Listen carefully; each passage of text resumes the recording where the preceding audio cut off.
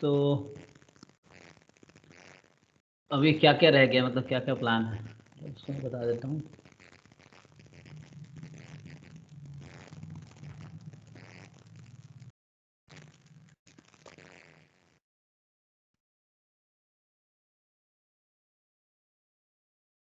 देखो अभी क्या है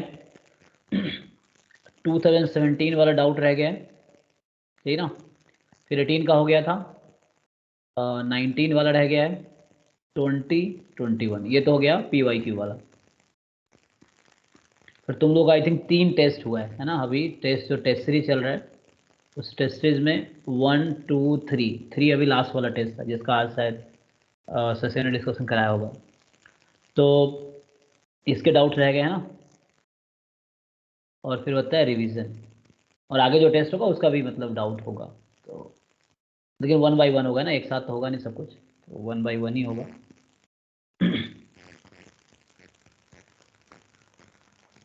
सो रिवीजन होगा ना। ओके तो अभी एक्चुअली जब हम 17 वाला कर रहे थे उस दिन तो आधा करके हमने छोड़ दिया था, तो पहले उसको निपटा लो, एटलीस्ट ये निपट जाएगा ना।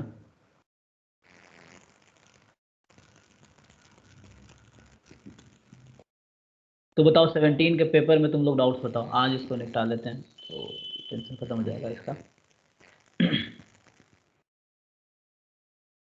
जिन लोगों ने किया हुआ है ट्राई, ऐसे सबने किया है।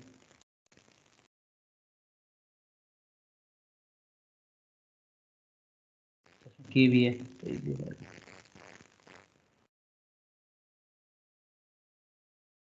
कोई डाउट नहीं है सर 34। 34 एक्चुअली 34 में ना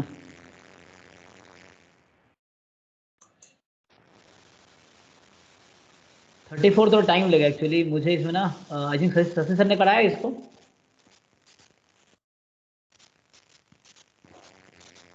ये क्वेश्चन शशि सर ने कराया होंगे शायद, मुझे समझ नहीं आया एक्सप्लेन मैं कैसे करूँ, तो इसको मैं अभी होल्ड पे रखता हूँ, मतलब इसको लास्ट में करेंगे है ना, इसको हम जा नहीं पा रहा हूँ उसको। नेक्स्ट बताओ 34 के अलावा। 39। 39 देखते हैं।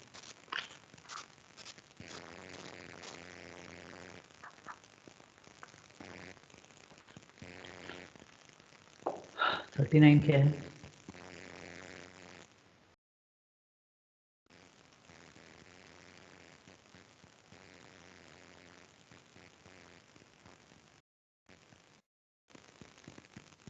Let x1 x2 xn be the random sample from a distribution with PDF disk. Okay तो एक्सपोनेंशियल फैमिली वाले कॉन्सेप्ट से तुम्हारा आ जाएगा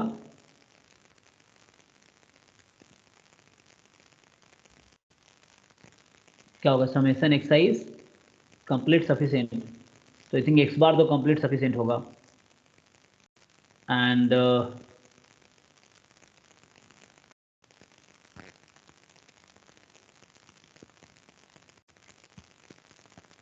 क्वेश्चन बोल रहा है कि which of the following is sufficient but not complete.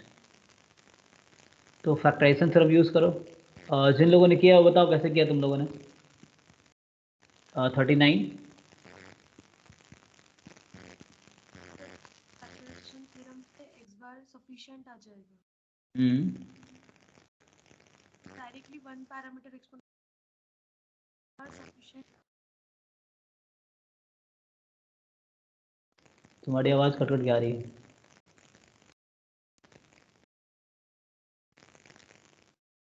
एक बार तो आई थिंक कंप्लीट भी होगा एक्सपोनेंशियल फैमिली वाले कॉन्सेप्ट से, क्योंकि सिंगल पैरामीटर। ये ऑडिबल हो गया? हाँ अब ऑडिबल हो, बताओ। मतलब वन पैरामीटर एक्सपोनेंशियल फैमिली से ये सफिशिएंट x बार सफिशिएंट भी होगा, कंप्लीट भी होगा। Plus x bar square plus 3 ये x बार का फंक्शन है और ये 1 1 फंक्शन है। तो ये भी सफिशिएंट होगा। ओके कंप्लीट भी होगा। ओके C और D पे होता है, तो C और D भी फंक्शन ऑफ x बार है, बस स्प्लिट कर रहा है उनको फंक्शंस को, जस्ट सिंपली स्प्लिट किया है, तो वो दोनों भी सफिशिएंट होंगे। ओके, बट देखना है कंप्लीट ना हो।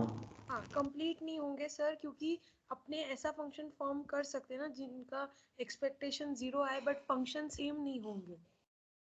Like you can take for the C option, मान लो मैं टी ले लेता हूँ, x1 माइनस 1 अपॉन, मतलब इसके कॉम्बिनेशन में एक फंक्शन बना लो जिसका मीन 0 हो जाए but it will not be 0। For example you can take देना summation x i from 2 to n है, तो 2 to n मतलब n-1 टर्म्स हैं, तो 1/n-1 times this minus x1 ले लो, तो उसका मीन 0 आ जाएगा। बट डेफिनेशन है ना कि t कंप्लीट है अगर expectation of gt is 0 implies gt is 0, but gt will not be 0, gt is 0 with probability 1। तो चेक एक इस तरह बना सकते हैं, सिमिलरली यहाँ भी ट्राई कर सकते हैं हम लोग। ओके लेट्स सी, और कोई किसी और तरीके से किया हो किसी ने?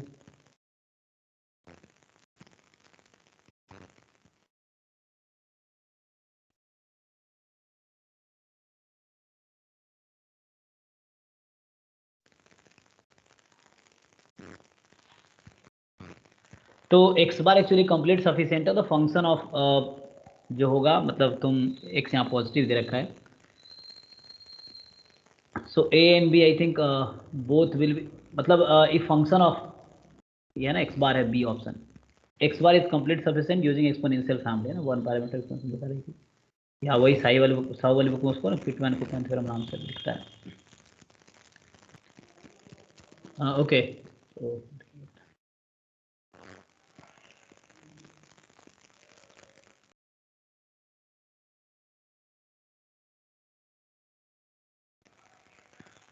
ठीक है, तो देखो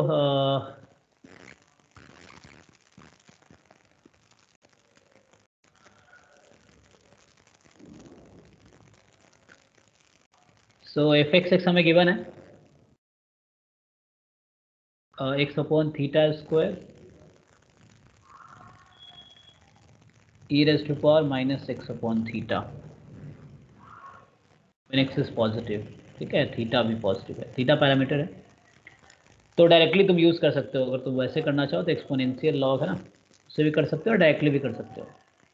सो ये हो गया log x minus 2 log theta minus x upon theta. ठीक है ना, यहाँ क्या किया हमने, लॉग एक्सपोनेंशियल लॉग कर लिया, तो इससे क्या हुआ कि जो भी टर्म, जिस टर्म में भी थीटा एक्स दोनों इन्वॉल्व है, तो यहाँ से ये पता चल गया कि समेशन एक्स आई जो है I from 1 to n, this is complete sufficient, complete and sufficient। और अगर ये है तो अगर x बार भी कर दोगे तो भी होगा, ठीक है ना। सो x bar is complete sufficient। Okay and और इसी वजह से बी ऑप्शन भी कंप्लीट एंड सफिशिएंट होगा। ठीक है, एक बार ये चेक करना पड़ेगा, ये फंक्शन ऑफ एक्स बार है ना, so like you know x यहाँ पॉजिटिव है, so for the excise x square plus 3 is increasing function, मतलब 1 1 फंक्शन होगा फॉर पॉजिटिव एक्स, तो तुम लोग इनवेरिएंस प्रॉपर्टी यूज़ करोगे ना, 1 1 फंक्शन उसका सफिशिएंसी का, तो इस वजह से ये जो एक्स बार स्क्वायर प्लस 3 ये भी कंप्लीट सफिशिएंट हो गया। अब आते हैं इस पे सी पे, तो हमें पूछना है सफिशिएंट है बट कंप्लीट नहीं है, तो तुम यहाँ सिर्फ सफिशिएंट चेक करना, तो ये यूज फैक्टराइजेशन थ्योरम है ना, तो फैक्टराइजेशन थ्योरम में क्या करते हैं हम लोग, लिखते हैं लाइक्लीहुड फंक्शन, तो लाइक अगर एल थीटा लिखूंगा क्या होगा, प्रोडक्ट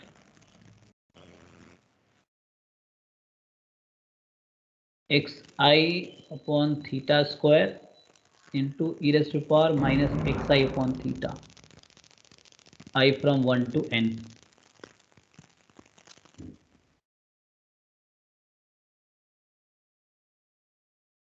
ठीक है, इसको थोड़ा सिंप्लीफाई करते हैं, क्या हो जाएगा, ऊपर प्रोडक्ट 1/थीटा स्क्वायर इसकी पावर n हो जाएगी, और प्रोडक्ट ऑफ एक्साइज या e की पावर -1/थीटा और समेसन एक्साई हो जाएगा। ठीक है, ठीक है यहाँ तक। और फैक्टराइजेशन का स्टेटमेंट क्या होता है, कि लाइक कुछ एक फंक्शन होगा like h that will be only in terms of x, and कोई दूसरा फंक्शन होगा, मान लो चलो मैं क्या ले लूँ, g ले लो चाहो तो, इन terms of estimator and parameter. Okay, तो उस तरह अगर तुम ब्रेक करोगे तो यहाँ से तुम इसको स्प्लिट नहीं कर सकते, ठीक है, बट यहाँ तुम ऐसा ही इसको लिख सकते हो, यू कैन राइट इट, यहाँ मैं product x i from 1 to n, इसको मैं बाहर लिख सकता हूँ 1/θ की पावर 2n, ये इनटू है बीच में, ठीक है ना, ये मल्टीप्लाई प्रोडक्ट है। इसको तुम लिख सकते हो -1/θ। इसको देखो, तुम्हें अगर दिखाना लाइक x बार सफिशियंट है तो तुम ऐसे ही बना सकते थे, n से मल्टीप्लाई डिवाइड कर लो, यहाँ से दिख जाएगा x bar is sufficient, summation x I sufficient, यहाँ से पता चल रहा है, ठीक है ना, क्योंकि ये फंक्शन ऑफ थीटा है एंड एक्स बार है। बट हमें अब मैं तो थर्ड ऑप्शन पे हूँ, तो मुझे उस तरह ब्रेक करना है कि इसको सफिशियंट तुम्हें दिख जाए, तो मैं इसको ऐसा लिख सकता हूँ क्या, देखो इसको मैं ब्रेक कर रहा हूँ दो पार्ट में, ये वाले टर्म मैंने यहाँ लिखे हैं, ये वाले टर्म यहाँ लिखे हैं, ठीक है, और इसको मैं अगर ब्रेक करूँगा तो e की पावर -1/θ x1 इंटू ई की power -1/θ summation x i from 2 to n। ये देखो किसी को इसमें डाउट है, मैंने क्या किया, इसको स्प्लिट कर दिया पावर को दो पार्ट में, तो बेस सेम है तो पावर पावर ऐड हो जाएगा, तो वही चीज़ हो जाएगी। तो यहाँ पे क्या है, ये इसको तुम एक कैटेगरी में ले, लाइक इसको तुम, ये सिर्फ फंक्शन ऑफ एक्स है, this is only function of x, like H x underscore मतलब x1 x2 xn है, और इसको तुम एक साथ रखो। देखो तो यहाँ पे क्या है, x1 के साथ थीटा है, यहाँ इस वाले टर्म के साथ थीटा है, फिर जॉइंटली मतलब सफिशियंट होगा, है ना। इसको तुम लिख सकते हो लाइक g1 फंक्शन है इन terms of x1 and theta, ये क्या है, g2 फंक्शन है इन टर्म्स ऑफ ये जो एस्टिमेट तुम्हारे इस तरह से summation x i from 2 to n and theta, okay. और ये इसके साथ ही तुम इसके साथ मिक्स कर सकते हो चाहो तो इसको, you can take it to इस तरह से, ठीक है। और ये तुम्हारा एच एक्स ओनली एक्स का फंक्शन है, तो यहाँ से ये पता चल जाएगा तुम्हें कि लाइक x1 और ये जो समेशन, तो ये t1 था, ठीक है, और ये वाला एस्टिमेटर t2 है, t1 थीटा हो गया इस टाइप से, ये g1 t1 थीटा और ये g2 ऑफ t2 थीटा, इस तरीके से। तो समेशन एक्स आई, तो मैं ऐसा लिखता हूँ t1, t2 इस टाइप से, तो x1 और summation x i from 1 to n, नहीं 2 to n, this is sufficient, factorization theorem सिर्फ सफिशियंट आता है। अब मुझे चेक करना ये कंप्लीट है क्या, तो कंप्लीट की डेफिनेशन क्या है, तो लाइक इसको मैं अभी टी बोल देता हूँ इस तरह से, तुम्हें इसके टर्म में एक फंक्शन ढूंढना है, तो टी कंप्लीट होता है अगर ऐसा हो कि expectation of g t is equal to 0 implies g t is equal to 0 with probability 1, probability 1 मतलब probability of g t being 0 is 1, g t 0 होगा, इसकी प्रोबेबिलिटी 1 होना चाहिए, मतलब ये जी टी आइडेंटिकली 0 होगा, इस तरह से समझ सकते हो। अब तुम्हें क्या करना है, तुम्हें एक फंक्शन बनाना है इन दोनों के टर्म में, जिसमें क्या हो जाए, ऐसा तो हो जाए, मतलब ये ऐसा होगा बट इस टाइप से नहीं होगा, मतलब ये कंक्लूजन वाला फेल हो जाएगा।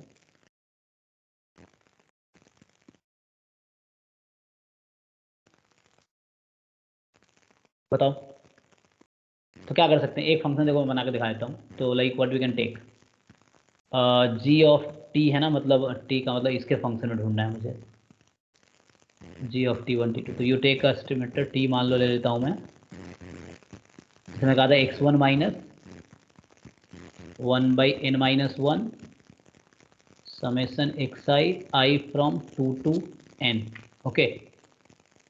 सिंपली मैंने यही कंस्ट्रक्ट कर लिया। तो तुमसे अगर पूछूं what is expectation of t here, इसका एक्सपेक्टेशन निकाल के बताओ। मतलब मुझे एक फंक्शन लेना था, मतलब ये तो जी टी बोल देता हूँ, ठीक है, G T function of t1 t2 मुझे बनाना था, तो इन function in terms of t, तो एक्सपेक्टेशन ऑफ टी क्या आएगा, सब लोग फाइंड करके बताओ मुझे। एक्सपेक्टेशन ऑफ टी ने अब जी टी, तो मैंने जी टी नाम कर दिया है, so we need a function in terms of this है ना, T1 T2, तो मैंने इस तरह लिया है। देख तो एक्सप्रेशन निकालो, इसका क्या आएगा। तुम इस तरह से इसको कैपिटल X1 रैंडम वेरिएबल के तौर पे कंसीडर कर सकते हो, ठीक है ना। यहाँ भी you can take like this capital X, ठीक है।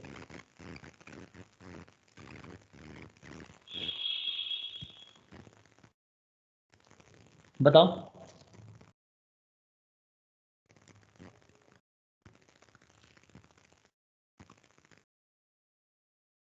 तुम्हें ये पता है तुम लोगों को, like expectation of x bar is same as expectation of x1,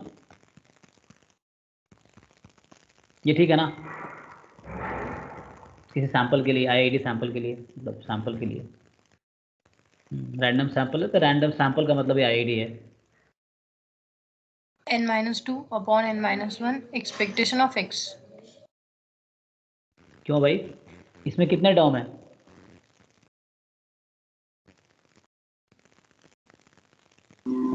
n-1 term. तो क्या होगा मीन इसका, ई ऑफ जी टी कितना आएगा।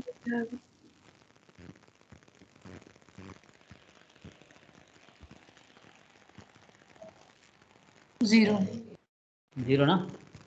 So like E of x1 minus E of, मतलब मैं लगा दिया 1/n-1 summation xi from 2 to n लिया मैंने। सो 2 to n कंसिडर किया है।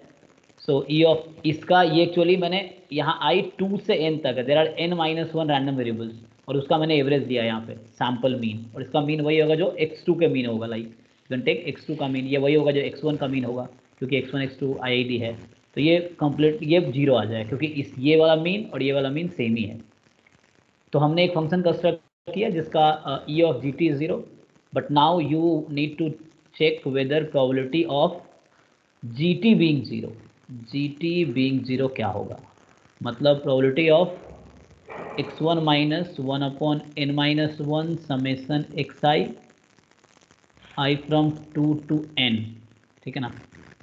जी टी लिख रहा हूँ मैं, ये कंस्ट्रक्ट किया था, इक्वल टू 0, इसकी क्या प्रोबेबिलिटी है। सो क्या प्रोबेबिलिटी है कि x1 इक्वल होगा, एक्चुअली ये जो है राइट साइड ना, ये एक्चुअली x बार ही है फॉर n-1 रैंडम वेरिएबल्स, है ना। i बराबर 2 to n-n। इसकी प्रोबेबिलिटी क्या होगी, question is this, what is probability that x1 will be equal to this.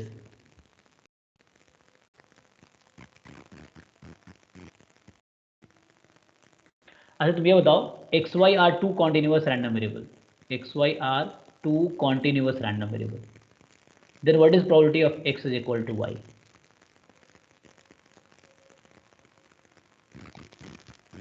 What is the probability of x is equal to y. Equal to y का मतलब ये नहीं डिस्ट्रीब्यूशन सेम है, equal अलग चीज है ना। कोई बताओ मुझे व्हाट इज दिस, ये रिमार्क लिख रहा हूं मैं। X y are two continuous random variable, continuous है, तो एक्स और वाई इक्वल होने के क्या चांसेस हैं।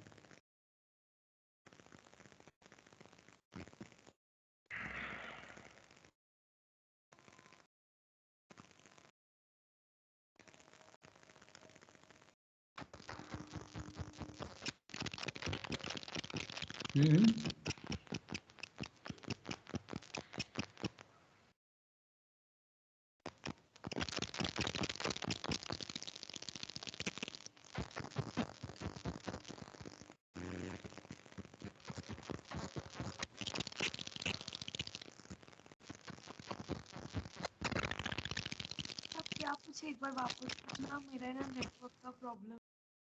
हाँ मैं ये बोल रहा हूँ, x and y are two continuous random variable, then what is the probability of x is equal to y।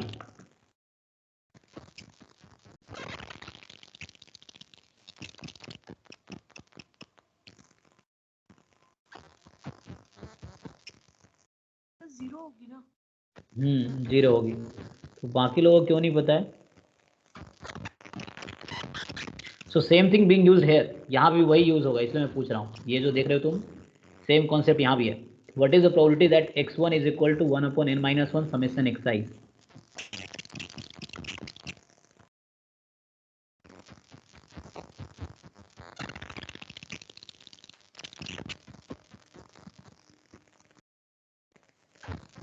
Okay, तो when xy are two continuous random variable then equality of probability of equality is being 0, तो यहाँ answer क्या होगा, ये 0 है। Okay, तो ये वाला 0 है, तो ये क्या आएगा, तो दिस इज ऑल्सो 0। बट अब देखो डेफिनेशन क्या है उसका, कंप्लीटनेस का, कि t is complete if e of gt is 0 implies probability of gt being 0 is 1, ठीक है ना। तो gt के 0 होने की प्रोबेबिलिटी कितनी होनी चाहिए, 1, और तुम्हारा प्रोबेबिलिटी कितना आया, 0। मतलब ये एक्स बार का भी डिस्ट्रीब्यूशन कॉन्टिन्यूस ही आएगा ना, क्योंकि x i's are continuous distribution. तो यहाँ जो एक्स बार है n-1 सैंपल के लिए, वो तो कॉन्टिन्यूस ही आएगा। तो इक्वल होने का चांस कितना है, 0। तो इसे क्या प्रूव किया हमने, कि सी ऑप्शन में जो दे रखा है x1 comma summation xi from 2 to n, this is not complete. Sufficient तो है बट कंप्लीट नहीं है, क्योंकि डेफिनेशन फॉलो नहीं कर रहा है, ठीक है। Similarly you can do for D. अच्छा, डी में क्या होगा, क्वेश्चन ये है, डी में तुम ऐसा कर सकते हो, अगर तुम्हें दिखाना है डी में ये कंप्लीट कैसे है, तो इसी को मैं थोड़ा एक्सपैंड कर देता हूँ। ये जो लाइक्लीहुड फंक्शन था, तो हम इसको कुछ ऐसा लिखेंगे, पहले तो सफिशिएंट देखना पड़ेगा तुम्हें। तो हम इसको x1 को अलग कर लेते हैं, ठीक है, और बाकी 1 की पावर 2 इसको अलग कर लेते हैं, तो बेटर है। एक मिनट, मैं इसको बाहर कर देता हूँ। Product i from 2 to n। देखो डिमांड के हिसाब से हम लाइक्लीहुड फंक्शन को ब्रेक कर रहे हैं प्रोडक्ट में, मतलब हमारा एम यही होता है, बट डिपेंड करता है तुम किस स्टैटिस्टिक्स को सफिशिएंट प्रोड्यूस करना चाहते हो, तो उसके हिसाब से तुम कोशिश करो ब्रेक करने का। तो ये जो टी आएगा ये सफिशिएंट, अगर तुमने ऐसा लिख दिया तो टी यूनिक नहीं है यहाँ पे, है ना, टी डिफरेंट हो सकता है। सो डिपेंड करता है तुम किसको सफिशिएंट चेक करना चाहते हो। जैसे मैं यहाँ पे क्या चेक करना चाह रहा हूँ, मैं डी ऑप्शन को चेक करना चाह रहा हूँ, तो मैं ब्रेक करूँगा कि x1 के साथ थीटा का फंक्शन आ जाए प्रोडक्ट में एक टर्म में, और दूसरा टर्म में क्या हो जाए, एक्स बार के साथ थीटा का थीटा आ जाए। मतलब एक फंक्शन हो एक्स बार और थीटा का, प्रोडक्ट में एक फंक्शन हो x1 और थीटा का, यूजिंग फैक्टराइजेशन थ्योरम। तो देखो मैं क्या कर रहा हूँ, आई फ्रॉम 2 to n किया, अब मैं x1 को इसमें से ब्रेक कर दिया, ये 1 to n था तो x1 को बाहर निकाल दिया, और 1 बाई थीटा की पावर 2n एक साथ, तो इसको मैं एक साथ ले लिया, तो ये क्या हो गया, एक function of x1 and theta हो गया। सिमिलरली दूसरा बाहर हमारे पास ऑलरेडी है e की पावर -1 बाई थीटा समेसन, तुम यहाँ से देख सकते हो, ठीक है, directly summation i from 1 to n, है ना। अच्छा, n से तो मल्टीप्लाई डिवाइड कर दोगे, मान लो n मैंने हमें यहाँ n चाहिए ना नीचे, तो इसको n से डिवाइड करेंगे तो यहाँ n को मल्टीप्लाई करना पड़ेगा, तो इनडायरेक्टली x बार हो गया, ठीक है। तो मेरा मतलब क्या हो गया कि अब हमने कैसा लिखा है इसको, तो हमने इसको लिखा है, ये तो this is function of only excise, x1 x2 xn इससे लिख सकते हो तुम। Next is the function of x1 and theta, and next is the function of x bar and theta. इससे क्या प्रोड्यूस हो गया कि ये जो x1 है और x बार है, दिस इज सफिशिएंट स्टैटिस्टिक्स, ठीक है, मतलब इसको t बोल दिया हमने, तो ये सफिशिएंट हो गया। अब हमें चेक करना है क्या ये कंप्लीट है, तो सिमिलर लॉजिक जो मैंने पिछले ऑप्शन के लिए यूज़ किया, सिमिलर एक हम फंक्शन बना लेंगे, इसका मीन सेम होगा, तो ठीक है ना। Like you can take g t यहाँ पे सिंपली x1 माइनस एक्स बार, यही वाला ले लो, तो इसका मीन 0 आएगा, बट ये इक्वल 0 होने की प्रोबेबिलिटी 1 नहीं आएगी, तो this is not complete. Similar logic, same logic. तो सर हम सीधे कह सकते हैं ना कि अगर समेशन xi सफिशिएंट है तो x बार भी सफिशिएंट होगा। समेशन एक्स आई सफिशिएंट है तो एक्स बार भी, हाँ बोल सकते हैं, तो प्रॉब्लम नहीं है, ठीक है। Sir, but x bar square is not one function, no? X यहाँ पॉजिटिव है इसलिए 1 1 फंक्शन है, एक्स क्या है यहाँ पे पॉजिटिव है, ठीक है ना। इन जनरल नहीं, आर के लिए नहीं है, बट पॉजिटिव नंबर के लिए है। सर यहाँ पर समेशन 2 से शुरू हो रही है, तो x बार पर कोई फर्क नहीं पड़ेगा ना। थर्ड ऑप्शन में बात करें तो हाँ, दोनों कंबाइन कि मतलब जनरली हम कहते हैं ना समेशन xi सफिशिएंट है तो x बार भी होगा, पर यहाँ पर समेशन है वो 2 से शुरू हो रही है, तो कुछ अफेक्ट तो नहीं हाँ, होगा। अफेक्ट तुम्हें उसके हिसाब से वो करना पड़ेगा। फैक्टराइजेशन थ्योरम में तुम्हें x1 के साथ थीटा का फंक्शन देखना पड़ेगा प्रोडक्ट में, और फिर इसके साथ थीटा का फंक्शन देखना पड़ेगा। अगर तुम वैसा प्रोड्यूस कर पाते हो तभी सफिशिएंट होगा। ये जनरली ऐसे जरूरी नहीं है कि ट्रू होगा ये, इन जनरल अगर x बार है सफिशिएंट तो जरूरी नहीं ये वाली टर्म सफिशिएंट हमेशा होगी, इसमें एक कम हो गया है। तो वहाँ तुम्हें मैंने इसका फंक्शन लिखा है, हमें ब्रेक करना है कि लाइक G1 में फंक्शन में T1 और थीटा होगा, और G2 फंक्शन में ये T2 और थीटा होगा। तो वैसा हमने यहाँ पे ब्रेक कर पाए। अगर नहीं कर पाते तो नहीं होता। यहाँ पे हमने ट्राई किया है, कौन सा था, हाँ ये था टॉप पे देखो। तो हमने यहाँ क्या किया है, एक फंक्शन ये बनाया है जहाँ I 2 से n है थीटा का फंक्शन, और यहाँ पे x1 वाला को हमने अलग लिखा है, और बाकी ये सिर्फ xi का है, इसको एक कंसिडर किया है ना, ये था ये था। और ये पावर में तो हो भी गया, अगर प्रोडक्ट में होता तो नहीं हो पाता। अगर प्रोडक्ट में समेशन xi होता कहीं पे, ये तो e की पावर है इसलिए हमने ब्रेक कर पाया ना, वरना नहीं कर पाते। जैसे मान लो अगर ऐसा सपोज ऐसा होता कि प्रोडक्ट xi इंटू कभी सिचुएशन बना यहाँ पे समेशन xi, पर तुम उसे डिपेंड करेगा PDF कैसा है, उस पर डिपेंड करेगा। तो एक बार थोड़ा स्लाइड में लिखना ना। मैं ये बोलना चाह रहा हूँ कि जैसे हम ये जानते हैं कि लाइक अगर summation xi is sufficient 1 to n, ठीक है ना, तो ये x बार इज सफिशिएंट, ये फाइन है, इफ एंड ओनली लगा सकते हो। बट इससे ये नहीं कह सकते हम कि ये summation xi i from 2 to n होगा, ऐसा जरूरी नहीं है, नॉट नेसेसरली ऑलवेज, है ना, नॉट ऑलवेज। समझ आया? तो वहाँ मैंने ये किया था, ये तो हमने ब्रेक किया था ऐसे। तो देखो ये इसका लाइक्लीहुड फंक्शन था, तो हमें चाहिए था I 2 से n, तो हमने इसको ब्रेक किया ना, पावर पावर ऐड हो जाएगा, तो हमने उसको अलग कर लिया।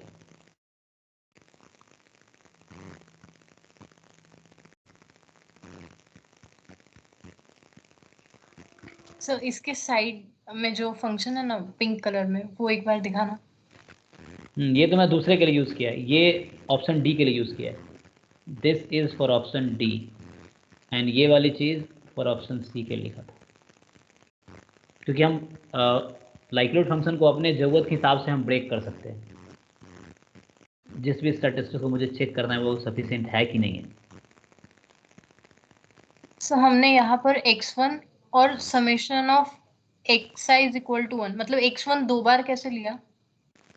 एक x1 तो मैंने यहाँ से निकाल लिया, डी ऑप्शन के लिए इसमें से निकाल लिया x1 को, यहाँ I 2 से n है ना, तो डी ऑप्शन के लिए मैंने x1 इसमें से निकाला है, और सी ऑप्शन के लिए x1 हमने मतलब क्योंकि हमें यहाँ से एक हटाना था ना x1 को, I 2 से n था तो पहले बाहर करना था, वहाँ से मैंने उसको बाहर कर दिया।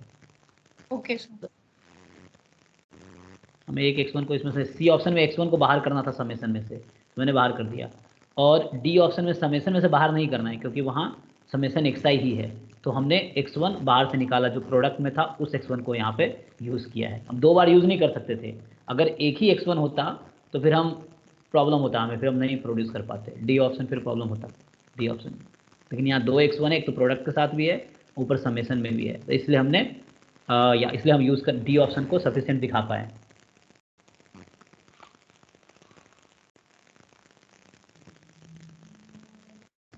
Like the question is suppose, इस तरह का अगर क्वेश्चन होता है यहाँ पे, मान लो, चलो मैं क्वेश्चन लिख देता हूँ, तुम ट्राई करो। जैसे मान लो अगर मैं ये लिखता हूँ कि fx है 1/θ e की पावर -x/θ, ठीक है, x इज पॉजिटिव, ये एक्सपोनेंशियल 1/θ लिख दिया। अब मैं अगर क्वेश्चन पूछूं is x1, x bar sufficient for theta, ये ध्यान से करके दे, पहले तुम लोग चेक कर लो फिर बताओ, सब लोग ये ट्राई करो। मतलब डी ऑप्शन वाला मैंने ये यूज़ किया है और PDF हमने चेंज कर दिया। अब तुमसे ये पूछ रहे हैं कि क्या इस PDF के लिए ये जो स्टैटिस्टिक्स है x1, x बार है ना, x बार वही है जो तुम जानते हो 1/n summation xi I from 1 to n, तो क्वेश्चन है क्या हम बोलेंगे ये सफिशिएंट है थीटा के लिए? नो। बाकी लोग एक बार चेक करो। No sir.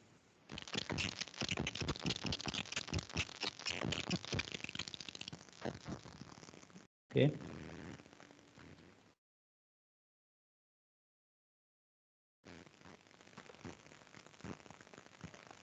हाँ जी श्रुति, तुम्हें क्या लगता है ये सफिशिएंट होगा?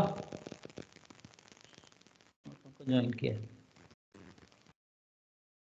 प्रेमचंद देसान। हाँ जी रिया, तुम लोगों का क्या ओपिनियन है? चेक करके बताओ। नो सर, नहीं होगा। ठीक है ना, तो यहाँ पे नहीं होगा क्योंकि इसमें एक ही एक्साई होगा, तुम उसको वो नहीं कर पाओगे।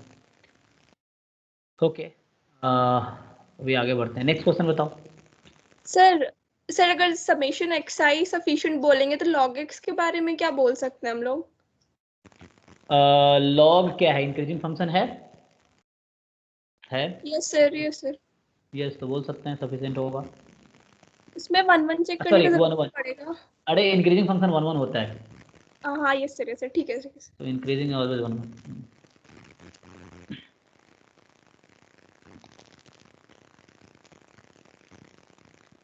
तो हो गया 39 के बाद कोई डाउट बताओ। सर 34 था। हाँ 34 एक्चुअली मैं लास्ट में करूँगा, तो ये टाइम लेगा। तो 34 थोड़ा सा मुझे समझाने में प्रॉब्लम हो रहा है ना, तो 34 अभी एंड में करेंगे। सर 40 बता दीजिए।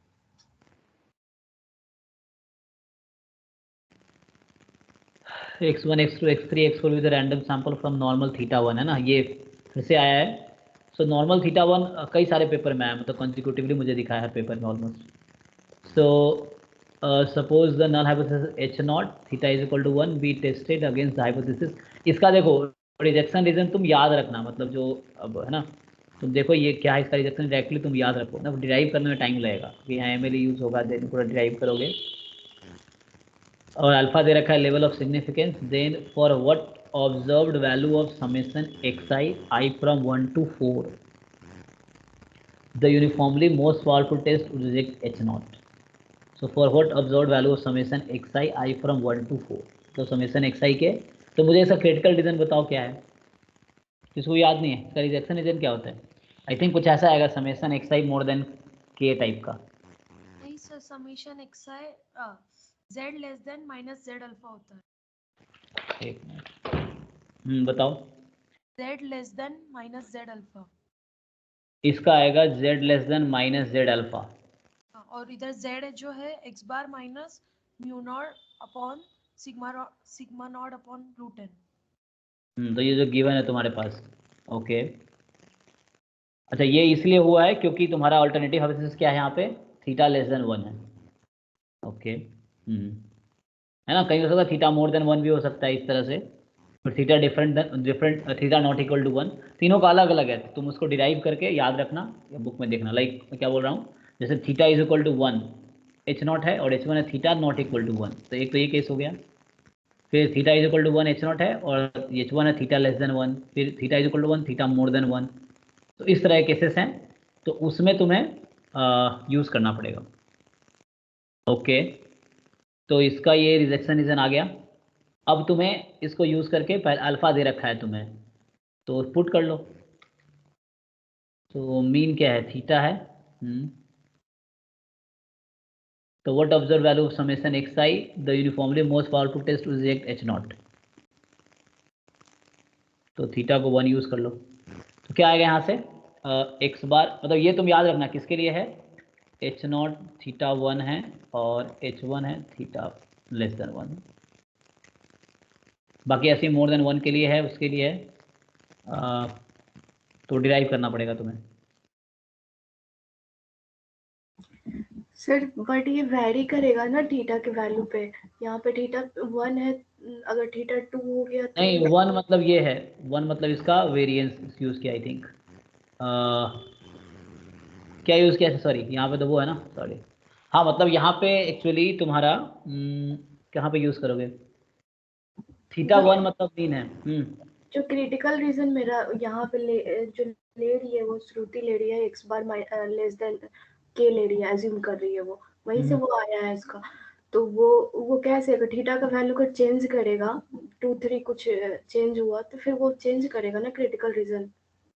तो वन का रोल क्या होगा यहाँ पे? हाँ मतलब तुमने डिराइव किया है या फॉर्मूला कहाँ से देखा? सर ये मैं थीटा के डिपेंड पे नहीं ली हूँ, ये डायरेक्ट रिजल्ट है और ये फॉर ऑल थीटा के लिए वैलिड है, जस्ट नॉट लाइक देखिए क्योंकि ये अल्टरनेटिव हाइपोथेसिस में थीटा लेस देन 1 है ना, तो इसके लिए ये जनरल है, तो थीटा कोई भी हो उससे क्रिटिकल रीजन पे नहीं फर्क पड़ेगा। तुम इसको डिराइव करके देखना, या आई थिंक साहू वाली बुक में डिराइव्ड है, मुझे याद आ रहा है कि उसमें उसने डिराइव किया वो अलग अलग केसेस के लिए, देख करना। सर नहीं तो बेसिकली इसको जैसे ये एलआरटी है तो इसको यूएमपी में कन्वर्ट करके भी चेक कर सकते हैं। ओके, तो अभी हम अज्यूम कर लेते हैं, इससे करके देखते हैं आंसर आता है क्या। ठीक है, बाकी इसको डिराइव कर सकते हैं, तो मुझे लगता है एक बार लिखाना पड़ेगा फॉर्मूला, लास्ट क्लास में किसी ने कहा था। तो ये इंपॉर्टेंट है ना, नॉर्मल थीटा 1 वाला क्वेश्चन जो है, तो या 2 भी हो सकता है। ठीक है, तो उस केस में डिफरेंट हाइपोथेसिस के लिए क्या क्रिटिकल रीजन है वो तुम्हें याद रखना पड़ेगा, क्योंकि ये क्वेश्चन बहुत बार पूछा गया है। ठीक है ना, H0 H1 के लिए अभी इससे करके देखते हैं आंसर आता है क्या।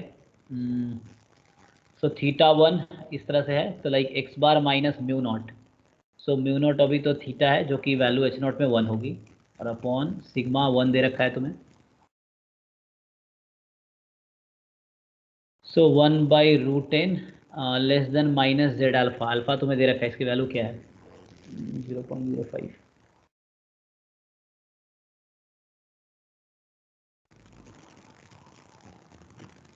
इसकी वैल्यू क्या होगी, इसकी वैल्यू पेपर में गिवन होगी आई थिंक। तो यहाँ से क्या आएगा, हमसे पूछा गया है कि समेशन एक्स आई की वैल्यू क्या है, तो ये एक्स बार तुम्हारा क्या हो जाएगा √n, और एक्स बार हो जाएगा। सर आप एक्स बार की जगह √n क्यों लिखे हो? एक्स बार की जगह √n कहाँ पे? सर आप ये डायरेक्ट थीटा की वैल्यू भी दी है, 1/√n की भी वैल्यू दी है ना क्वेश्चन में, ओके, डायरेक्टली एक्स बार मिल जाएगा उधर से। मतलब इसको क्रॉस मल्टीप्लाई करो, तुम ये कह रहे हो? हाँ मतलब ठीक है, सारी इन टर्म्स ऑफ वैल्यू सारी एक्स बार की इसमें निकाल वो कर लो। तो तुम्हें समेशन एक्स आई में कन्वर्ट करना पड़ेगा ना, लाइक चलो इसको कन्वर्ट कर लो, क्या आएगा mu naught minus minus sigma सिग्मा/√n। Z alpha. अब ये वैल्यूज क्या क्या हैं, तो इसको तुम्हें उसमें लिखना पड़ेगा ना, हाँ हमें समेशन सफिशिएंट एक्स आई में। समेशन एक्स आई में लिखना पड़ेगा। सो ठीक है, समेशन एक्स आई कर दोगे अपॉन एन, तो यहाँ एन टाइम हो गया ना। ठीक है, एन टाइम यही क्वांटिटी हो गई, mu naught minus sigma sigma not जो भी हो given upon √n Z alpha. सब कुछ पता है हमें, एन की वैल्यू क्या है, सैम्पल साइज 4 है, तो ठीक है सैम्पल साइज 4 है, चेक करते हैं। तो 4 टाइम म्यू नॉट कितना है 1 नॉट में, और सिग्मा भी 1 है 2 हो गया, और जेड 0.05, यही ना। तो 1.64 होता है कि z0। ओके, तो 4 1 माइनस 1/2 इंटू 1.64, और ये वैल्यू मे बी गिवन होगा तुम्हें यहाँ पे।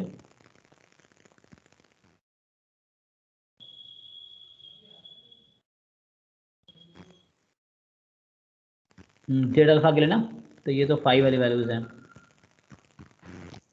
तो इसका तुम्हें क्या याद रखना पड़ेगा। नहीं सर ये दिया है ना 1.64 अच्छा ये, हाँ, तो उसका मतलब क्या है?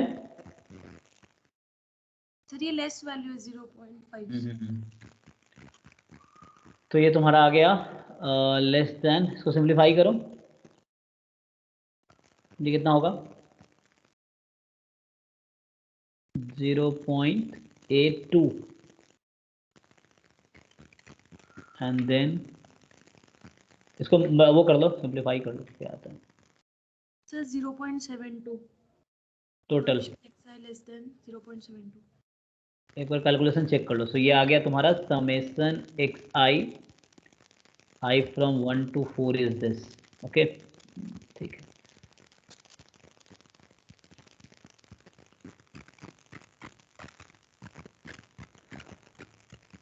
तो इसमें चेक करो, बोल रहा है कि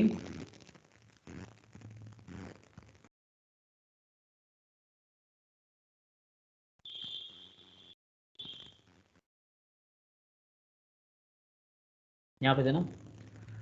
तो नॉर्मल थीटा 1 है, इट्स नॉट h1 थीटा हल्का दे रखा था। तो क्वेश्चन है for what observe value of summation x i's the uniformly most powerful test would reject h0। तो बताओ क्या होगा। सर ABC होगी ना, मतलब अगर 0.72 से जो भी कम होगी उसके लिए H0 रिजेक्ट हो जाएगा। Okay. -1, 0, 0.5 ये तीनों वैल्यूज आएगी। तो इसने क्या ऑप्शन दिया है, ठीक है ABC। तो तुम्हारा ABC हो गया। ओके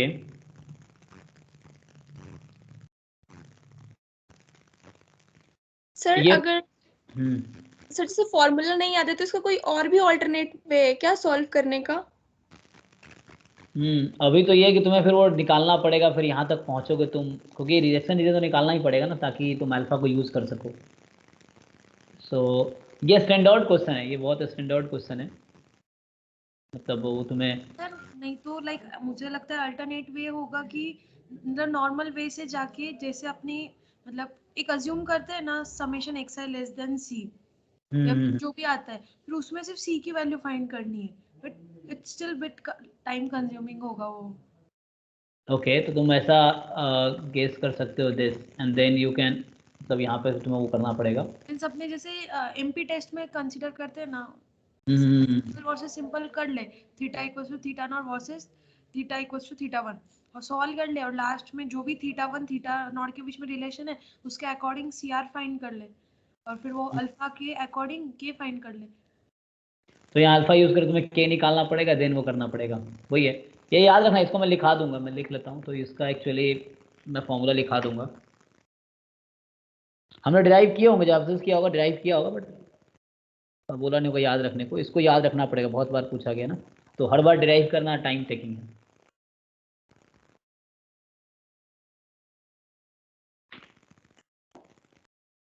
ओके तो अभी के लिए ये क्वेश्चन ठीक है, बाकी देखेंगे। तो बस ये अभी याद रखना कि इस केस के लिए ये डिसीजन था, हमने ये यूज़ किया है रिजल्ट। नेक्स्ट बताओ। सर जब मेरे इसके पहले नेटवर्क का प्रॉब्लम, आप क्या पूछे थे इसके पहले क्वेश्चन कि x1 और x बार सफिशिएंट हो गए या नहीं हो गए? वो क्वेश्चन ये था, ये क्वेश्चन था,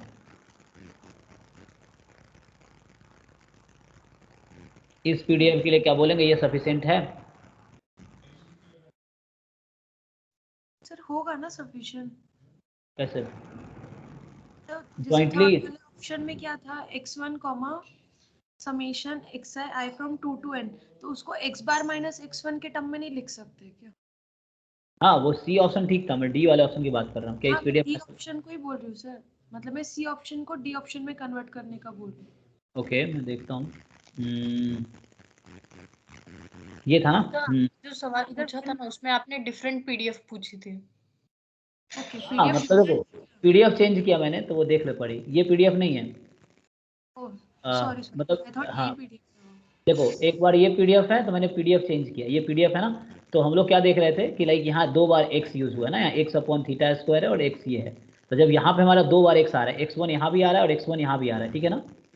तो मैंने कहा कि ठीक है मैं पीडीएफ चेंज कर देता हूँ। अब देखो ध्यान से, तो हमने पीडीएफ चेंज कर दिया, ये दूसरा क्वेश्चन था, तो हमने क्या किया, पीडीएफ चेंज कर दिया। मतलब अब एक्स अपॉन थीटा था, थीटा स्क्वायर था आई थिंक, हाँ। तो उसको हटा के मैंने ये एक्सपोनेंशियल 1/थीटा यूज़ किया। तुम इसको चेक करके देखो, तो क्या फैक्टराइजेशन थ्योरम से हम ऐसा बोल पाएंगे कि this is sufficient x1 comma x बार? तो चेक करके देखो, क्योंकि यहाँ 2 बार x1 यूज हो रहा है, तो ओके नहीं सर इधर नहीं होगा, आई थॉट वो सेम पीडीएफ का। है ना। तो उसका डी करेक्ट है उस ऑप्शन में, उस क्वेश्चन में सी और डी दोनों करेक्ट है 39 में। और बस ये था कि यहाँ एक्स 2 बार यूज हो रहा है, इसलिए डी ऑप्शन करेक्ट हुआ है।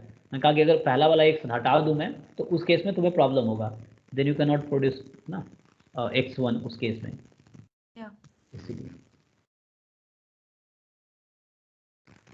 तो अभी हम लोग 40 देख रहे थे ना, ठीक है, तो हमने 40 देखा। नेक्स्ट बताओ।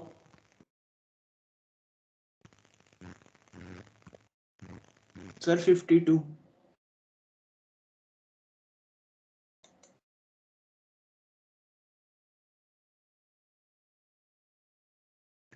Late capital F x b 0 to x e raised to power t square minus 3t minus 5 dt जब x पॉजिटिव है तो then number of roots of f x is equal to 0। तो ये है ना कैपिटल एफ एक्स सीडीएफ नहीं है यहाँ पे, मतलब ये सिंपल मैथ का क्वेश्चन है, या से कर सकते तुम चाहो तो, ये अगर किसी का पीडीएफ हुआ तो, बट हम मैथमेटिकली ट्राई करते हैं,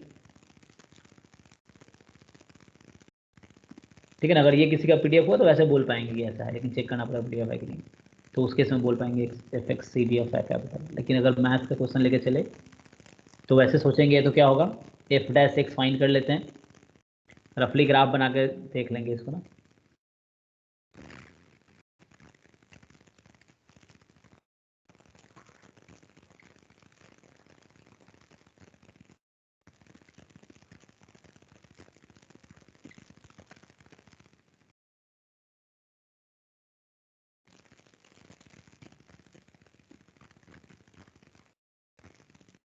ओके, ये वाला क्वेश्चन है, पूछ रहा है कि 0 to 4 इंटरवल में कितने रूट्स होंगे इसके। तो लाइक x जब 0 to 4 में है तो capital F x is equal to 0 के कितने रूट्स होंगे। तो मैं कैसे करता हूँ इस तरह क्वेश्चन को, पहले हम क्रिटिकल पॉइंट निकालने की कोशिश करते हैं। तो ये हो जाएगा e की power x square minus 3x minus 5, minus 0 हो जाएगा तो 0 ही हो जाएगा, तो रहने देते हैं। अब एफ डैश एक्स को अगर 0 पुट कर ले तो क्रिटिकल पॉइंट मुझे निकलेगा इसका, तो ये तो कभी 0 होना नहीं है e की पावर x को, और इसको फैक्टराइज करेंगे तो ये फैक्टराइज होगा क्या, नहीं। अच्छा, तो यहाँ से आया x square minus 3x minus 5 is equal to 0। तो इसका मैं डिस्क्रिमिनेंट निकाल के चेक कर लेता हूँ क्या आता है, बी स्क्वायर माइनस 4 है ना, पॉजिटिव होगा। तो एक मिनट, इसका मैं x अगर फाइंड करें हम लोग रफली तो आएगा minus b plus minus root under b square minus 4ac, b square है ना माइनस 4ac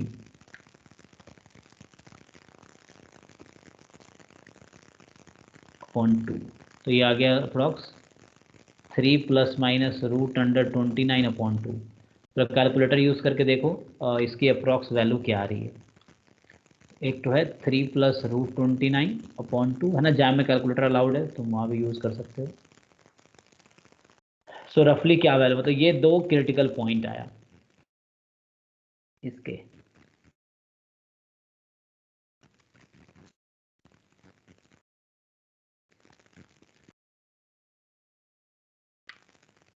क्या होगा, कैलकुलेट करो, रूट 29 कितना होता है, अप्रॉक्स आएगा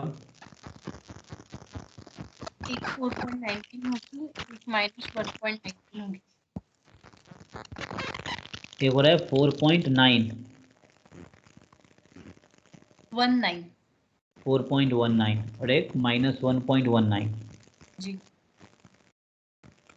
ओके, तो अब क्या है कि रफली वी आर, मतलब ये दो हमने कोशिश किया ग्राफ ड्रॉ करने का, हमारा इंटरवल 0 to 4 का है, तो 1 2 3 4।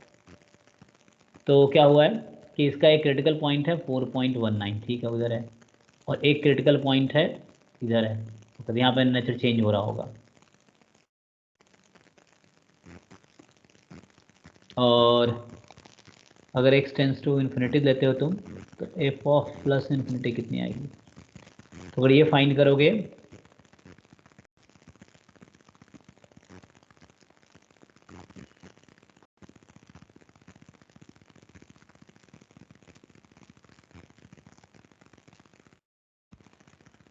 ओके। अब कैसे करें,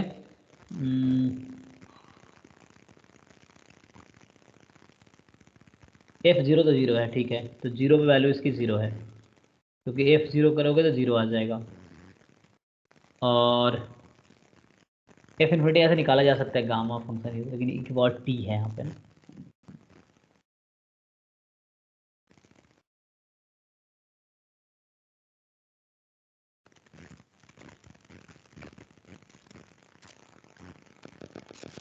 सो इसका 0 है, वैल्यू 0 है, ठीक है। और अगर मैं पूछूं यहाँ पे फंक्शन 0 टू क्रिटिकल पॉइंट ये है तो क्या होगा, या तो इंक्रीजिंग होगा या डिक्रीजिंग होगा इस केस में। मतलब अगर साइंस की बना के मैं देखूँ तो इसका दो क्रिटिकल पॉइंट है, एक तो है -1 पॉइंट है ना, एक तो क्रिटिकल पॉइंट था 4.19, ना, हमारा इंटरवल इतना ही, हमें इतना ही में सोचना है।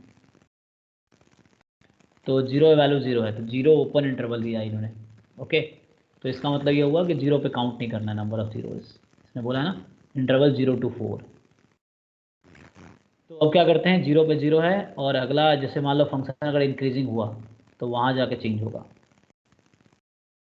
समझ पा रहे तुम लोग?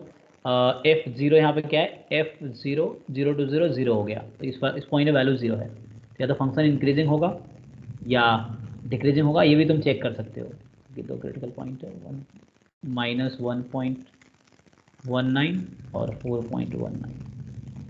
तो इसके आगे अगर तुम लोग f' सेक्शन पुट करोगे तो वैल्यू पॉजिटिव मिलेगी, पॉजिटिव नेगेटिव पॉजिटिव, तो एक्चुअली पॉजिटिव नहीं है ना, तो इस इंटरवल में डिक्रीजिंग होगा। तो मान लो इस तरह से है ग्राफ, मैं रफली ग्राफ बना रहा हूँ, ठीक है ना। मान लो इस तरह से होगा, फिर यहाँ आके ग्राफ चेंज हो गया, सपोज ऐसा, इस तरह से। तो क्वेश्चन ये है, मैं तो रफली ट्राई कर रहा हूँ, so what do you think. मैंने क्या किया है, पहले f' निकाला, उसको 0 पुट किया, f' 0 पुट करने क्या हुआ, क्रिटिकल पॉइंट मिला। क्रिटिकल पॉइंट का मतलब है ग्राफ का नेचर कहाँ चेंज हो रहा होगा। देखो यहाँ मैं चेंज किया है, पहले डिक्रीजिंग था, ये डिक्रीजिंग था, फिर इंक्रीजिंग हो गया, नेचर चेंज हुआ। यहाँ एक क्रिटिकल पॉइंट, यहाँ क्या होगा, इंक्रीज इस तरह हो गया होगा। तो लाइक मान लो कि ऐसा है, ये नंबर है -1.19, ठीक है ना।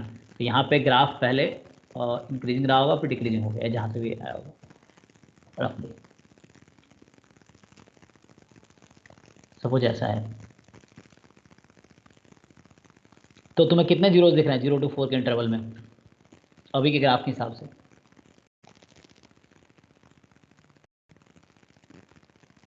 4 पे अगर तुम फाइंड करोगे वैल्यू, ठीक है ना। तो मेरे अकॉर्डिंग अभी तो मुझे लग रहा है ना 0 to 4 के इंटरवल में ये एक्सेस को कट कर रहा है क्या, नहीं कर रहा है ना। तो आंसर क्या होना चाहिए, the number of roots of x in the interval 0 to 4।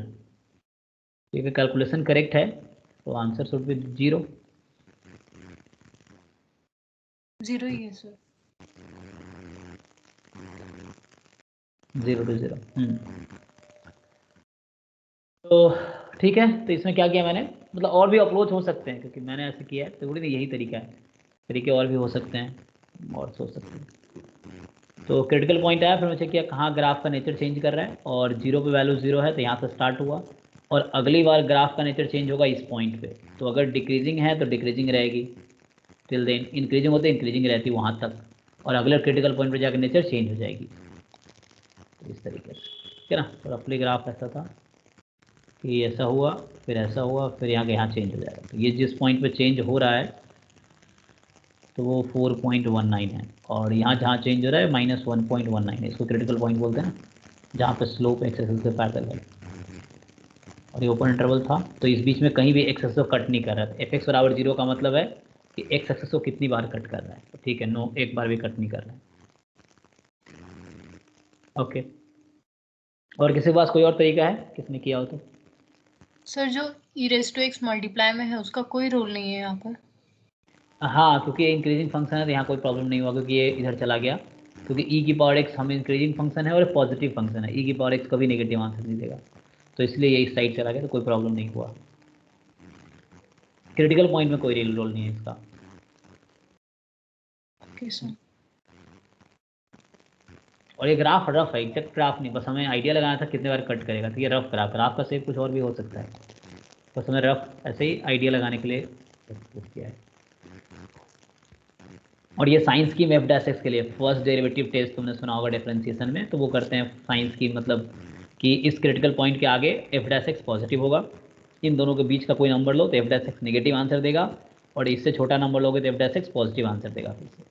तो जिस पॉइंट पे पॉजिटिव से नेगेटिव होता है उस पॉइंट पे फंक्शन लोकल मैक्सिमा देता है और इंक्रीजिंग से डिक्रीजिंग हो जाता है। जिस पॉइंट पे साइन नेगेटिव से पॉजिटिव में चेंज होता है उस पॉइंट पे डिक्रीजिंग टू इंक्रीजिंग होता है, मतलब लोकल मिनिमा देगा ना। तो यहाँ इस क्रिटिकल लोकल मिनिमा होगा और इस पे लोकल मैक्सिमा होगा, ये यूज़ किया है। सर अगर इधर e⁻x होता तो तब भी कोई चेंज? तब भी कोई चेंज नहीं आता, मतलब आंसर फिर भी सेम रहता। क्योंकि e⁻x भी नॉन नेगेटिव फंक्शन है, मतलब वो भी e⁻x भी कभी नेगेटिव आंसर नहीं देगा, मतलब फंक्शन की वैल्यू कभी नेगेटिव नहीं आएगी, एक्स तुम कुछ भी ले लो। तो यहाँ बस इतना रोल हो रहा है कि ये नीचे जा रहा है, तो इसलिए कोई फर्क नहीं पड़ेगा, आंसर तो भी सेम रहता है।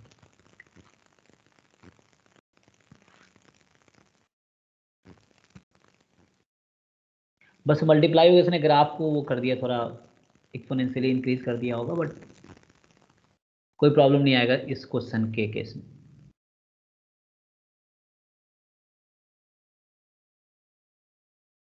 ठीक है, तो 52 था। और कोई क्वेश्चन?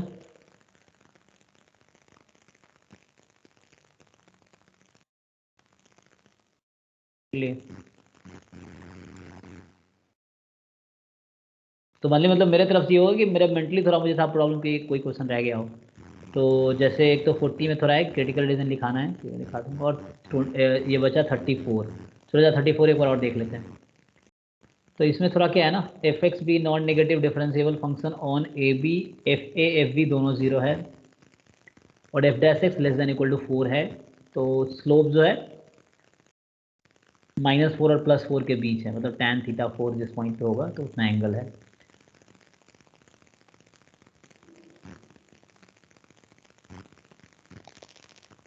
तो be the straight line given by the equation.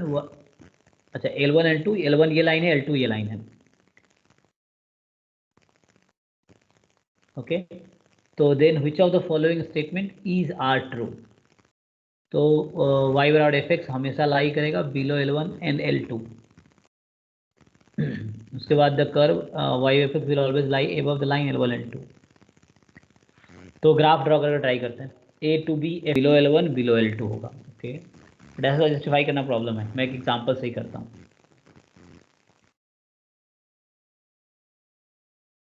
देखो अभी क्या करते हैं इसमें, एक तो ऐसा एग्जांपल कंस्ट्रक्ट करते हैं, उससे ऑप्शन में गलत दिखाने की कोशिश करता हूँ, तो वो बेटर लग रहा है। तो जनरली ना थोड़ा डिफिकल्ट हो रहा है। ओके, तो फिर से मैं यहाँ से स्टार्ट करता हूँ, यहाँ पे आ जाओ। तो हमारे पास ये कंडीशंस हैं कि एफ एक्स नॉन नेगेटिव है, डिफरेंशिएबल है ए बी पे। तो मैं एक फंक्शन ले लेता हूँ तुम्हारा,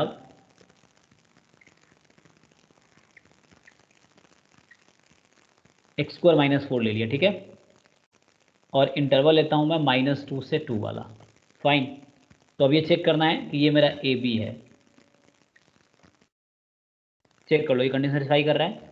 पहला बोला है कि फंक्शन नॉन नेगेटिव मतलब पॉजिटिव होना चाहिए, तो तुम नॉन नेगेटिव नहीं हुआ ये, है ना। ये देखो अगर 0 पुट करेंगे तो आंसर नेगेटिव देगा, तो उल्टा कर देते हैं 4 - x²। ठीक है, अब सही है। तो इस इंटरवल पे आंसर हमेशा क्या होगा, मतलब कुछ और भी बना सकते हो तुम, तो मैं ऐसा सेलेक्ट कर रहा हूँ।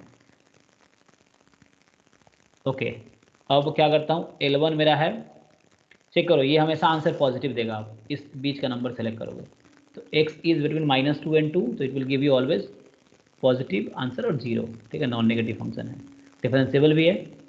y है तुम्हारा 4,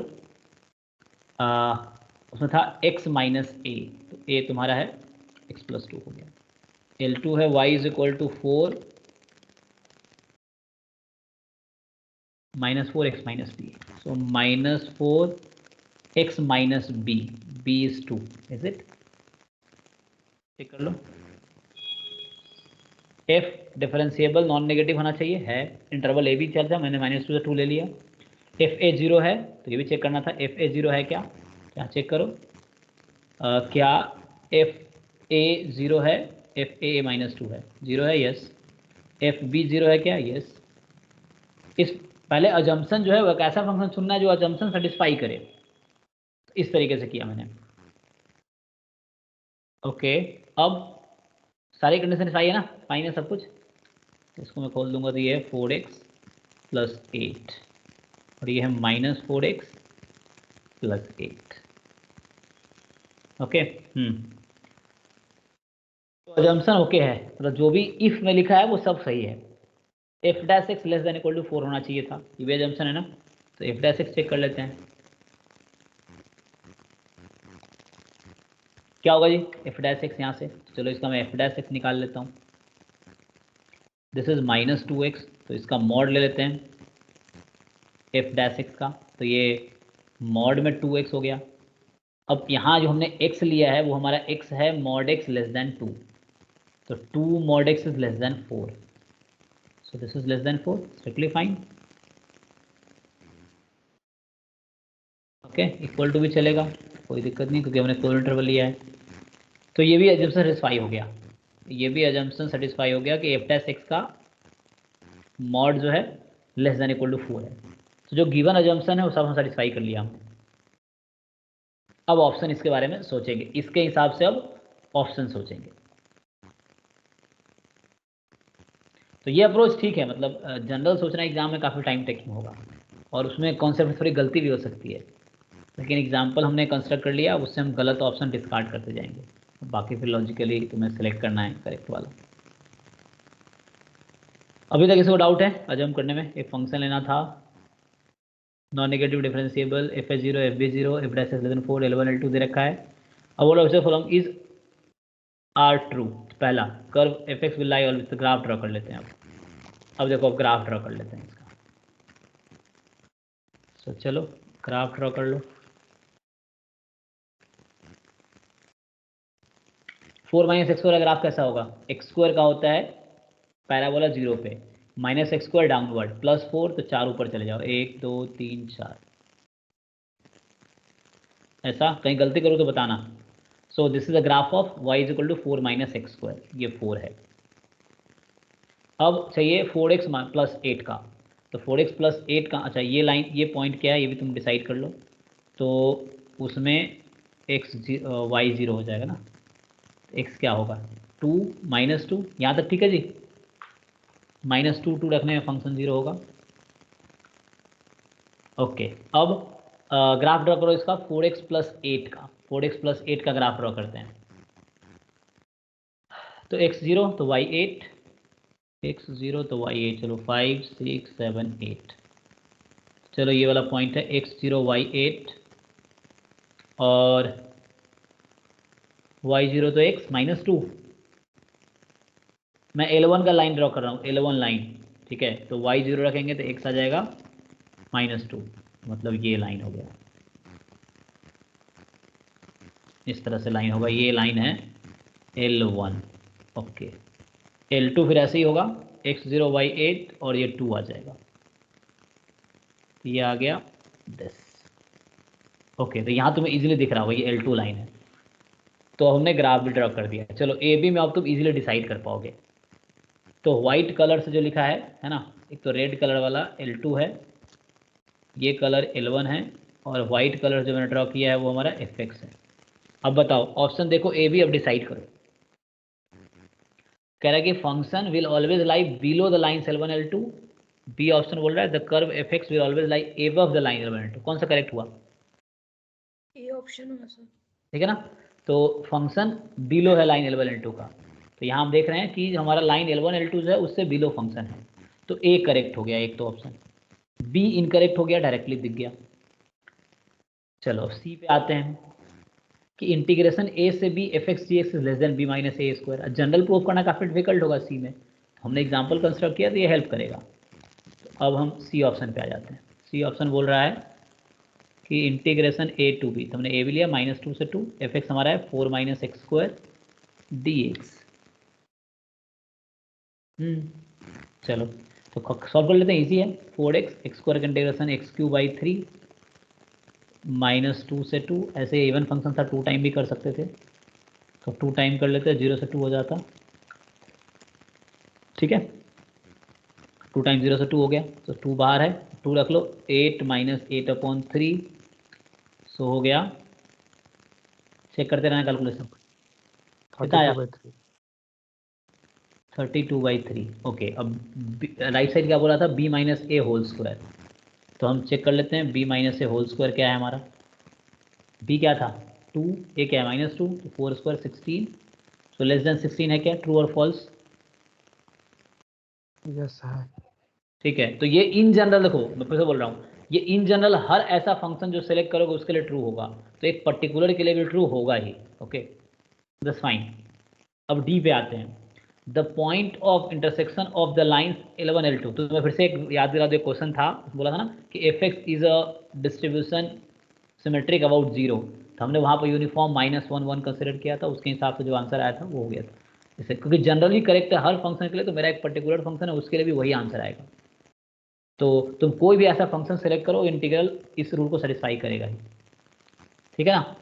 अच्छा डी पे आओ। The point of intersection of the lines L1 and L2 lie on the curve y equal to fx। ठीक है, चेक कर लेते हैं। बताओ, यहाँ ग्राफ से ही देख लो, क्यों चेक करना। ये देखो इन दोनों का इंटरसेक्शन पॉइंट जो है L1 L2 का इस क्वेश्चन में ये है 0.0,8। क्या 0,8 कर्व पे है? नहीं ना, गलत हो गया। तो आई थिंक ये एक सेटिस्फाइंग सॉल्यूशन है ना। मतलब इस तरह से कि हम ये अप्रोच फॉलो करेंगे तो इजीली ठीक है, कम टाइम में भी हो जाएगा और हो जाएगा। मतलब वैसे जनरली सोचना काफ़ी डिफिकल्ट था। तो मैंने क्या किया, अप्रोच क्या था कि हमने ये मैं बहुत सारे क्वेश्चन में ऐसा करता हूँ कि जो इन जनरल क्वेश्चन है तो मैं एक पर्टिकुलर एग्जांपल ढूंढ के कर लूँगा, तो उससे आइडिया लग जाता है। तो हमें एक फंक्शन नॉन नेगेटिव डिफरेंशिएबल चाहिए था, मैंने 4 - x² ले लिया। स्टार्ट तो मैं x² - 4 से किया था, फिर देखा ओके वो सेटिस्फाई नहीं कर रहा था, फिर उसके हिसाब से यू मॉडिफाई इट। इंटरवल -2 से 2 में ले लिया हमने। और there are infinitely many examples, ये नहीं एक ही ऐसा एग्जाम्पल है ये। फिर एफ ए एफ भी 0 होना चाहिए था, तो 4 - x² था, तो 2 - 2 पे 0 है। F dash x to mod 2x है, तो लेस देन इक्वल टू 4 ही होगा, वो भी चेक कर लिया था। L1 L2 दे रखा है, ए भी पुट कर दिया। अब ग्राफ ड्रॉ करके देख लिए तो इजीली काम हो गया। वो हर ए बी के लिए वैसा होगा, जो मैंने लिया उसके लिए करेक्ट है और कुछ और लोगों तो भी करेक्ट है। तो ये क्वेश्चन इन जनरल है, तो इन पर्टिकुलर के लिए भी सेम आंसर देगा। तो इस तरह ग्राफ हो गया, तो इजीली ए बी सही। सी वाला था कि इंटीग्रल लेस देन है, यस, एंड डी वाले में इंटरसेक्शन पॉइंट लाइन पे है, नहीं, तो गलत। इस तरह से हो गया, तो ये करेक्ट सॉल्यूशन है। तो फाइनली ये भी हो ही गया, मतलब कोई फंसा नहीं। ओके, तो इसमें कुछ प्रॉब्लम नहीं है, बस वो 40 वाले में क्रिटिकल रीजन मुझे फॉर्मूला लिखा दूंगा मैं, तो वो इसमें वो काम हो जाएगा।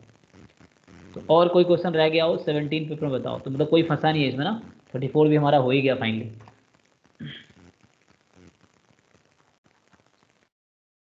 सर अगर जो आपने अभी क्वेश्चन किया उसमें लेते -1 to 1 1 - x², ठीक है, तो भी सेम, तो भी सही होता, you are right. F x अगर लेते हैं हम 1 - x² और इंटरवल लेते हैं -1 to 1, ये भी करेक्ट है। डिफरेंशिएबल है, f1 0 है, डेरिवेटिव लेस देन 2, तो वो लेस देन इक्वल 2 आएगा ना। रुक जाओ, एफ डैश एक्स मॉड, तो कितना आएगा -2x। हाँ, और ये क्या होना चाहिए, तो यहाँ देखो तुम्हारा जो x तुमने सेलेक्ट किया है ये mod x लेस देन 1 है, इसका मतलब होता है mod x less than equal to 1 है। So 2 time mod x less than equal to 2 है, कोई बात नहीं। तो ये लेस देन 4 है, तो ये चलेगा। वही मैं सोची। हाँ, क्योंकि a छोटा है b से, b छोटा है c से, तो a भी छोटा हुआ c से, वही बात है। तो ये करेक्ट है। ये भी एग्जाम्पल वर्क करेगा, और भी एग्जाम्पल वर्क करेंगे, इनफैक्टली मेनी एग्जाम्पल्स है। इसका भी ग्राफ ड्रॉ करो तो वैसे ही होगा, क्योंकि 1 है ना, तो 1 से नीचे आ गया, ये 1 है, उसके हिसाब से ये हमारा 1 है और ये -1 होगा। तो ग्राफ ड्रॉ करोगे तो हमारा L1 इस केस में क्या होता, 4x - a, a1 x + 1 हो गया, और L2 है y बराबर 4x -4x - b 1। तो इसका ड्रॉ करोगे तो ये कुछ ऐसा दे रहा है, चेक करो। x0 तो y कितना हो गया 4, हाँ x0 तो y 4, तो ये इस तरह से, इस तरह ग्राफ, ठीक है। तो ये भी वर्क करेगा। तो जनरल है, हर एफेक्ट्स ऐसा जिसके लिए वर्क सेम आंसर आना है, तो कोई भी एक पर्टिकुलर एफेक्ट ले लेंगे, तो उस तरीके से हम जनरलाइज सोच सकते हैं थोड़ा सा। बट एग्जाम्पल इनकरेक्ट श्योरली बताता है, करेक्ट के लिए थोड़ा सा तुम्हें लॉजिकली सोचना पड़ेगा, क्या इसके लिए करेक्ट है तो सबके लिए करेक्ट होगा, तो वो तुम्हें लॉजिकली वेरीफाई करना पड़ेगा। फ्रेंटली मेनी एग्जाम्पल पॉसिबल है इसका।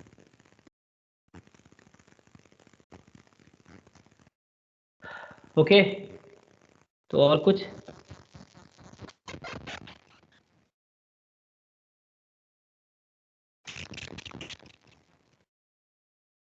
अच्छा अब आते हैं, तो इसका हो गया, तो उस पर आता हूँ थोड़ा। तो रह गया वो डाउट जो तुम्हारा पेपर था टेस्ट 3 ना अभी हुआ था, मैं उसमें एक बार तुम्हें स्क्रीन शेयर करता हूँ, टेस्ट सीरीज दिखाता हूँ, तुम बताना कौन कौन सा क्वेश्चन डाउट है। तो कल सुबह मैं उसका क्लास रखूँगा, तो अभी एक बार देख लो।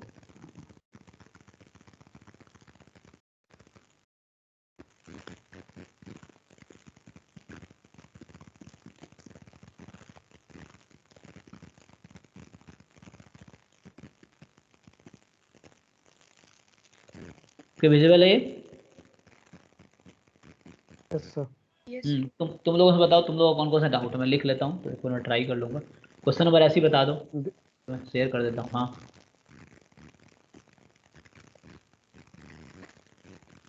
मतलब अगर तुम्हारे पास अगर लिस्ट है तो ऐसे बता दो, मैं तो देख मैं शेयर कर रहा हूँ, तुम बताते रहना क्वेश्चन नंबर। तुमने अगर लिख रखा है तो तुम वैसे ही बता दो।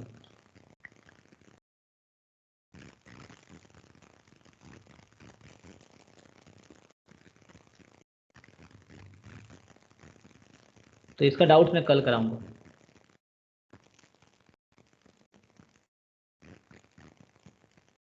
ये एक 9 था, थोड़ा सा भूल गए वो, तो उस टाइम पढ़ाए थे तो बन जा रहा था कुछ। कोई बात नहीं, ये तुम ऐसा करना। 10 भी। अच्छा 10 भी डाउट है। हम्म, तुम लोग पास 11 पेपर में वो पेपर होगा, तुम लोग पास अपना पेपर? हाँ हाँ, तो ऐसा करना, क्वेश्चन नंबर लिख के मुझे व्हाट्सएप पे भेज देना पर्सनली सब लोग, ठीक है? ठीक तो ठीक उससे है। क्या होगा, कल मैं वो क्वेश्चन है ना वो करा दूंगा। और मुझे अगर टाइम मिलता है तो मैं एक बार देख ही लूँगा क्या क्वेश्चन है। ज़्यादा डाउट ठीक नहीं है, लेकिन जो है सब ठीक है, तो सब लोग ये टेस्ट 3 का जो भी डाउट तुम लोग का है वो तुम मुझे भेज देना, और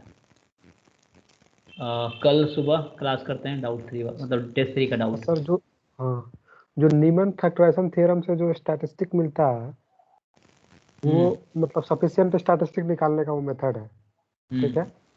तो क्या वो मिनिमल सफिशिएंट देता है? मिनिमल सफिशिएंट का कुछ कंडीशन है एक्चुअली। मिनिमल एक्चुअली तुम्हें मिनिमल पे क्वेश्चन पूछा गया क्या इसमें? हाँ, जैम में इधर तो भी नहीं ये सब पूछेगा कि मिनिमल, तो मुझे भी गेट भी देना है चलेगा। ये होता है कि वो function of like any sufficient statistics is a function of minimal sufficient.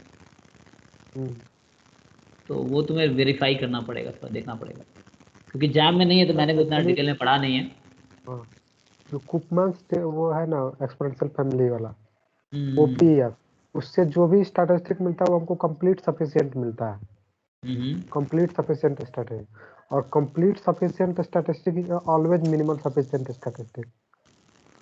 Okay. ये चीज तो ठीक है, लेकिन अगर केवल मिनिमल सफिशिएंट स्टैटिस्टिक निकालना हो तो क्या मेथड होगा, कैसे करेंगे? या कुछ जो क्राइटेरिया मुझे फैक्टराइजेशन लगता है थ्योरम कि आता है वही होता है क्या? देखो, सफिशिएंट स्टैटिस्टिक्स यूनिक नहीं है, तो उसका एक रिजल्ट मुझे याद आ रहा है, क्योंकि मैंने भी डिटेल में बहुत दिनों से पढ़ा नहीं, क्योंकि जैम में है नहीं तो मैंने पढ़ा नहीं, पर गेट में है ना।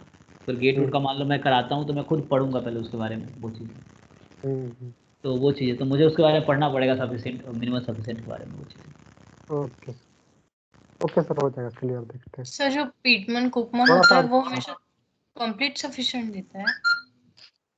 हाँ, मतलब वही था, पीटमैन कुपमैन वही है जो एक्सपोनेंशियल फैमिली से आता है, जो बाकी बुक में लिखता है के पैरामीटर एक्सपोनेंशियल फैमिली, तो उससे तुम वो निकाल पाते हो ना। सफिशिएंट के लिए तो ठीक है, पर कंप्लीट के लिए चेक करना होता है ना उसको भी।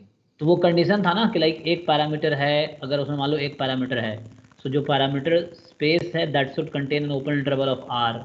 अगर 2 पैरामीटर है तो जो पैरामीटर स्पेस है that should contain subset of R square, ये कंडीशन था, open subset of R square. तो वो थोड़ा कंडीशन था एक उसमें। हाँ, फिर जो तुम्हारा पीडीएफ है दैट शुड नॉट, उसमें support should not depend on theta, जैसे एक्स मोर देन थीटा है, एक्स लेस देन थीटा है, तो उस तरह क्वेश्चन में अप्लाई नहीं होगा। ये कुछ रेस्ट्रिक्शन है, ये कुछ सफिशिएंट मिलेगा। कंप्लीट के लिए थोड़ा सा कंडीशन है, वो है कि बस parameter space should contain open interval of R के, अगर के पैरामीटर है तो। ठीक है, चलो तो 70। हाँ, ओपीएफ से निकलता था तो हम लोग उसको बोलते थे कि कंप्लीट स्टैटिस्टिक है, इसका फंक्शन जो भी अनबायस्ड होगा वो यूएमवी होगा। ये तो ऑलरेडी कंप्लीट स्टैटिस्टिक देता है ना। हाँ हाँ, लेकिन कंप्लीट में थोड़ा सा चेक करने के लिए क्वेश्चन मिला था जैम में शायद है, क्या पता नहीं, नॉर्मल थीटा थीटा स्क्वायर, उस केस में समेशन एक्स आई और summation x i square is sufficient but not complete. Check करना ही शायद जैम वो का तो ही। हाँ वो भी कह सकते हैं कि जो अगर एक पैरामीटर का अगर हमको कंप्लीट स्टैटिस्टिक निकालना तो 2 डायमेंशन करना ही होगा। हाँ वही, उसमें वही है कि मीन और सिग्मा स्क्वायर दोनों जो है, मतलब म्यू और सिग्मा स्क्वायर दोनों थीटा के टर्म में है, तो थीटा का स्पेस सिर्फ आर का सबसेट कंटेन कर रहा, नॉट आर स्क्वायर का। हाँ तो वो एग्जांपल है रोहित की, वो अब एग्जांपल लगभग क्लियर हो जाएगा, अब हो गया है थोड़ा थोड़ा। तो एक बार प्रीवियस ईयर बहुत अच्छे से आ गया तुम लोगों को, तो एक ओवरऑल आइडिया मिल गया कि जैम में क्या पूछा जा रहा है, और अच्छे से अगर आ गया तो हम थोड़े से डिफरेंट क्वेश्चन ट्राई करेंगे। ऐसे जिनको सिलेबस अच्छे से क्लियर है और प्रीवियस ईयर बहुत अच्छे से आ गए तो काफ़ी है, जैम में आराम से अच्छे नंबर आ जाएंगे। बाकी ठीक है, अभी देखते हैं जैम के बाद गेट का भी एग्जाम ना, गेट का भी प्रीवियस ईयर करेंगे, लेकिन गेट वाले बहुत कम बच्चे ना, क्योंकि उससे क्या मेरा भी रिवीजन हो जाता है, तो मेरा फ़ायदा यही है उस बहाने। ऐसे भी मतलब प्रीवियस मैंने किया है 3 साल का।